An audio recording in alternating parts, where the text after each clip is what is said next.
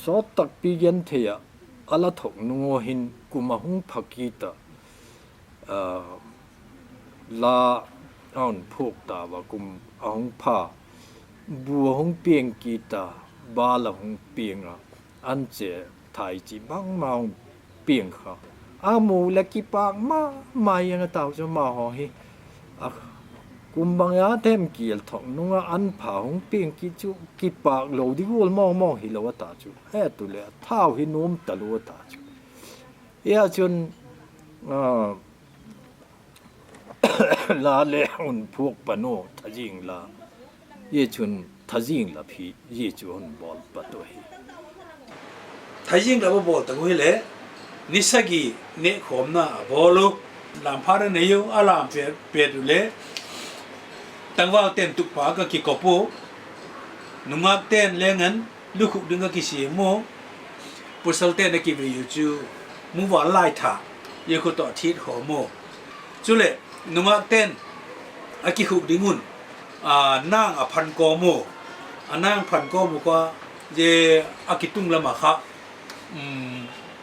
axel mulnel ye ko la ko mo akano hoi ta ko aje mu hin tin gol si le ja chu mo bolo ye gol si ga bolo ko chun sukho bolo kungkal bolo chu le keyboard bolo kitai te kichop te chu le song se chu le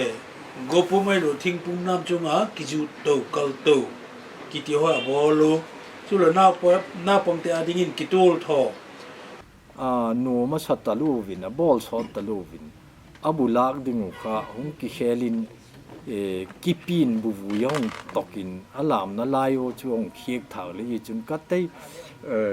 bulao ki khel ta hilam hai tai ti wa ti ni chun hai be pu ye ti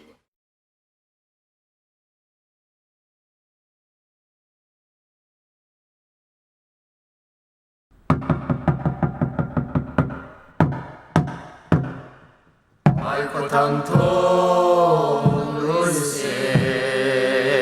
ile na Sinugol ang ating isinung ko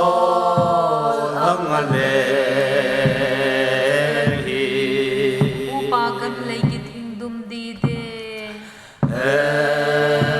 pupagam le githing dum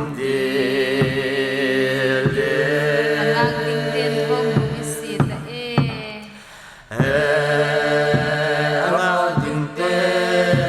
hong isita tanpa ta masagbay pay tanpa humta ko sabay pe thang sun lem agay law bay ko sa son lem ave lao pe sa koy paling kialang ay no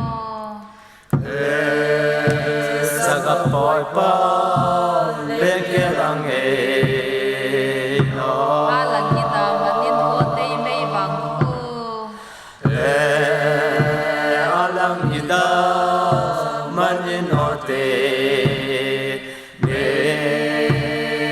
bangko lam ang zong na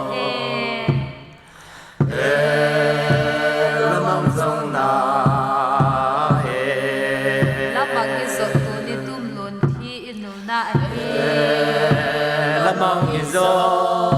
tone tumlon ti inul na si bang isot sang kun ay hoy he o si bang izo to sang kon e ho len thang kol ni asugin ay hoy he o lên thang con đi asogin e